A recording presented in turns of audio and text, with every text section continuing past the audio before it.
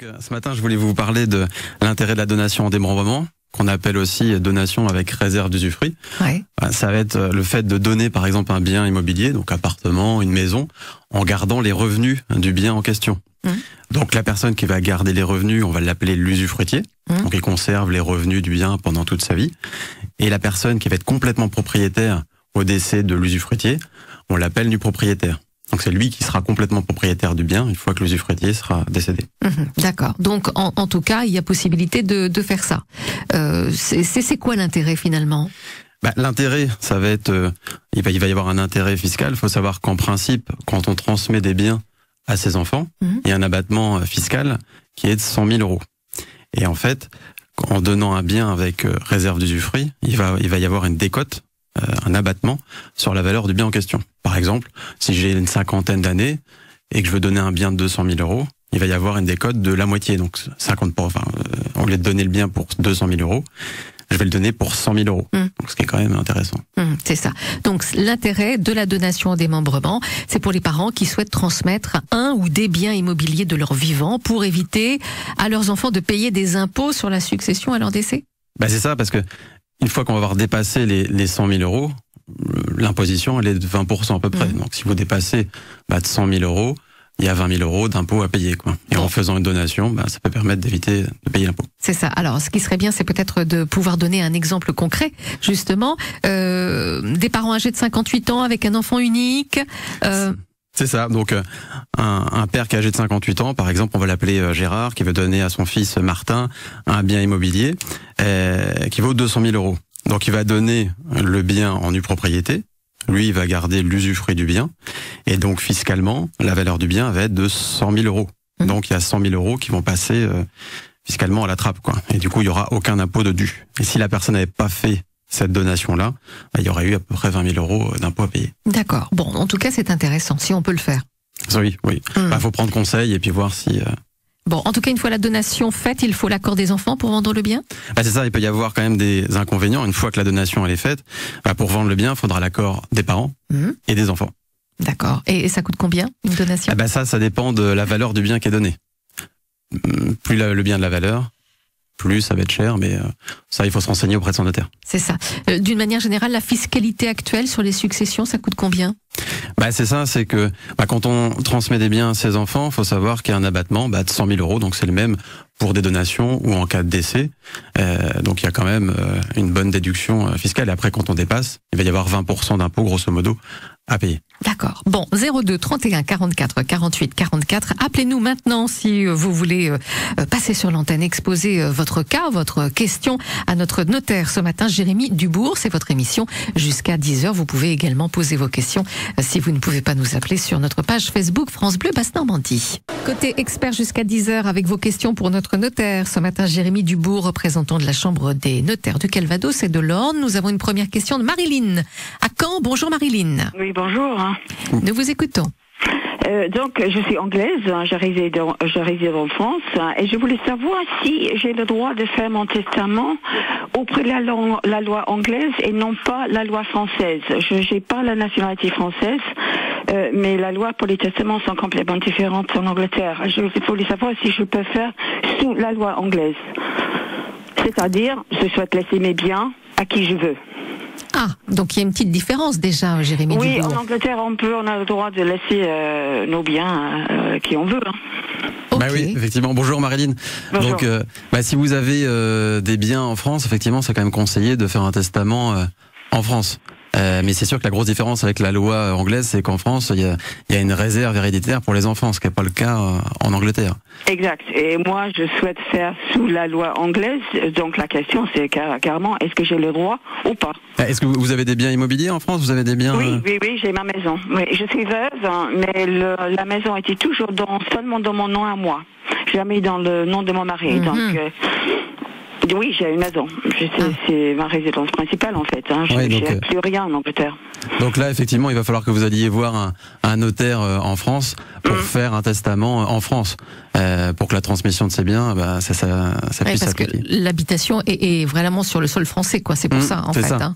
Donc de toute façon, pour la transmettre, il faudra qu'il y ait un notaire français qui agisse en cas de décès. Entendu, mais c'est toujours pas clair pour moi. j'aurai le droit de dire dans mon testament, je souhaite laisser ma maison à une amie, un ami, quelqu'un, ou forcément directement à quelqu'un dans la famille. C'est une donation pour le coup, non? Non. Alors donation, c'est quand on va transmettre des biens de son vivant. Testament, c'est quand on dit ce que je veux faire de mes biens à mon décès. C'est différent. Parce que vous avez des enfants ou pas? Non, mon mari il en avait 4. Oui, donc de toute façon, vous pouvez faire un testament en France pour transmettre les biens à qui vous voulez. Il faut juste le préciser. Okay. Quoi. Voilà, c'était ça ma question. Donc je dois loger ça avec un notaire, hein? Oui, tout à fait. Vous prenez rendez-vous avec votre notaire et puis il va vous conseiller pour rédiger votre testament. D'accord. Et là, je peux laisser mes biens à qui je veux. Ah bah tout à fait, oui, effectivement. Faut juste le préciser dans votre testament. Bon, donc c'est le testament la solution. C'est ça. Voilà. Bon. Voilà Marilyn, merci à vous. Merci à vous. Au revoir. Au revoir. Est-ce qu'on a le temps? Oui, allez rapidement. Jacqueline Alivaro, bonjour Jacqueline. Bonjour. Bonjour. Une question sur la différence entre donation et donation-partage, c'est ça? Oui, voilà. Oui, bonjour Jacqueline. Alors la différence entre la donation et la donation-partage, je sais pas si vous avez déjà entendu cette expression-là, mais on dit souvent en fait faire une donation-partage, c'est faire ses lots. Donc la grosse différence, c'est que vous allez, si vous avez plusieurs biens immobiliers, par exemple, vous allez donner un bien à chaque enfant, quoi. Alors qu'une donation, de manière générale, vous donnez des biens, mais pas forcément en réalisant une répartition, quoi. La donation-partage, vous allez répartir, comme ça vous êtes sûr qu'à votre décès, il n'y aura pas de chamaillerie sur la répartition des biens. C'est surtout ça l'avantage. Ah bon? Parce que moi j'ai fait avec mon mari, on a fait une donation partage. Enfin, pour nous c'était une donation partage parce que on a séparé tous nos biens entre nos 2 enfants. Mm-hmm. Oui, c'est ça. Effectivement, vous avez réparti vos biens entre vos 2 enfants. Donc là, c'est bien une donation partage. Alors le notaire, il me dit qu'après mon décès, il peut y avoir quelque chose de changé. Ah bah non, une fois que les lots sont faits, justement, tout l'intérêt, c'est qu'on peut pas revenir dessus, donc ça évite qu'il y ait des questions sur le partage des biens entre les enfants au décès. Ouais, comme ça, il n'y a pas d'histoire, en fait. Exactement, c'est ça. Aussi de meubles. Les meubles? Oui. Les meubles, effectivement, s'ils sont pas dans la donation partage, là, il faudra s'entendre pour les partager entre les enfants en cas de décès. Donc il pourra revoir le notaire pour qu'il partage les biens. Peut-être faire un testament pour les meubles, je sais pas. Effectivement, c'est possible, compléter par un testament pour les meubles. Voilà. Mais je peux le faire de mon vivant. Ah oui. Ah bah oui, bien sûr. C'est mieux. Jacqueline. Donc je peux aller voir mon notaire en disant pour partager les meubles. Voilà, vous faites un testament pour faire le partage, ouais. Bon, d'accord. D'accord, Jacqueline. Bon, c'est ce que je voulais savoir. Bon, merci en tout cas de votre appel. Bonne journée à vous. Autrement, quand je serai décédé, les enfants, iront naturellement au notaire, mais il y aura, qu'est-ce qu'il y a sur les comptes? Ça pourra y partager. Effectivement. Ouais, d'accord. Bon. Bonne journée, Jacqueline. Alivaro. Au revoir. Au revoir, Jacqueline. Au revoir. Et côté expert, avec vos questions pour notre notaire ce matin, Jérémy Dubourg. Et vous êtes nombreux à nous appeler, vous avez raison de le faire, vous avez jusqu'à 10h. Claudine à Dozulé, bonjour. Oui, bonjour. Bonjour Claudine, une histoire de donation? Oui, j'ai une propriété qui est évaluée à 109 350 €. Je voulais savoir le montant des frais que j'aurai. Alors. Bonjour Claudine. Alors, ce qu'il faut savoir, ça va être pour tous les notaires pareil, mais là c'est vrai que j'ai pas le barème devant les yeux. Ce que je peux vous dire, c'est qu'en donnant à vos 3 enfants, il n'y aura pas d'impôt à payer puisque vous allez être en dessous des 100 000 €, à moins que vous l'auriez, sauf s'il y a eu déjà des donations de réalisées. Non, il n'y a rien eu. Donc il n'y aura pas d'impôt, il y aura juste les frais d'acte. Donc il faudra aller voir votre notaire et il vous dira le montant des frais. Qui vont pas être très élevés a priori. Non, ça va pas être très élevé, mais ça va quand même être, à mon avis, plus dans les 2 et 4 000 €, je dirais comme ça. Mais faut aller voir votre notaire, il vous dira, parce qu'il y a un barème, pour tous les notaires c'est pareil, il vous dira le montant des frais. D'accord. Bon, entendu Claudine? C'est parfait. Merci à vous. Au revoir. Merci. Au revoir. Christiane est à Lisieux. Bonjour Christiane. Bonjour. Je me renseigne. J'ai une maison. Si je fais une donation de ma maison pour mes 2 enfants, parce que j'ai 2 enfants, et je voulais savoir comment ça se répartit, parce que j'ai aussi des comptes bancaires rémunérés et assurance vie. Alors, je pense que l'assurance vie, ça doit pas rentrer en ligne de compte, je crois, non? À moins que ça aurait changé. Bonjour Christiane. Bonjour. Non, effectivement, l'assurance vie, il y a une clause bénéficiaire dans l'assurance vie et c'est le bénéficiaire qui touchera le montant de l'assurance et c'est hors donation, ça effectivement. D'accord. Après, c'était quoi votre autre question? Pour les placements. La question, c'est que j'ai une maison. Si je faisais une donation de ma maison, par exemple, pour mes 2 enfants, ils seraient en copropriétaire, alors. Bah, soit, effectivement, soit vous pouvez très bien faire une donation de la maison aux 2 enfants, ils auront la moitié chacun, par exemple. Ou alors vous faites une donation partage en donnant la maison à l'un des enfants et à l'autre, par exemple, une somme d'argent équivalente.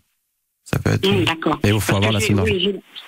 Oui, parce que j'ai des comptes bancaires aussi rémunérés. Donc, dans les 100 000, c'est 100 000 par enfant. Tout à fait. Par enfant. D'accord. Et par parent. Et donc, et par an. D'accord. Et par parent. Non, par parent. Ah, bah oui. Ça veut dire que si vous êtes, si c'est monsieur et madame qui donnent, et ben là, il y a 200 000 euros pour un enfant, quoi. C'est quand même pas la même chose. Tout à fait. Non, pas du tout, oui. Donc là, si ma maison, elle a une valeur de plus de 100 000, je pourrais pas donner mes comptes bancaires en donation, parce que ça dépasserait les 100 000, par exemple. La maison plus des comptes rémunérés. Si vous avez, si vous avez 2 enfants, hein, vous m'avez dit.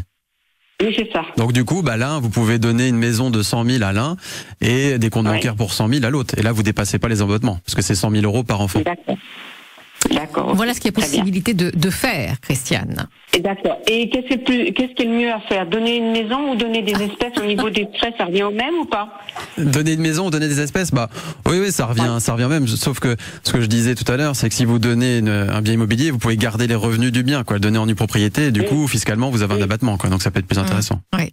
Pour vous, en tout cas. Oui, c'est plus intéressant de donner une maison, c'est ça. D'accord. Fiscalement, oui. Bon, réfléchissez à tout ça, Christiane. Hein. D'accord. Oui, merci. Merci à vous. Christiane. Au revoir. On va essayer de prendre 2 dernières questions, parce que vous êtes nombreux encore ce matin pour notre notaire Jérémy Dubourg. Jacqueline Atouk. Bonjour, Jacqueline. Bonjour, excusez-moi de vous déranger. C'était juste pour demander un petit renseignement, s'il vous plaît. Oui, allez-y. Parce que nous avons reçu un courrier d'un notaire, ça fera 1 an la semaine prochaine, nous disant que nous étions héritiers d'une cousine qui était décédée. Oui.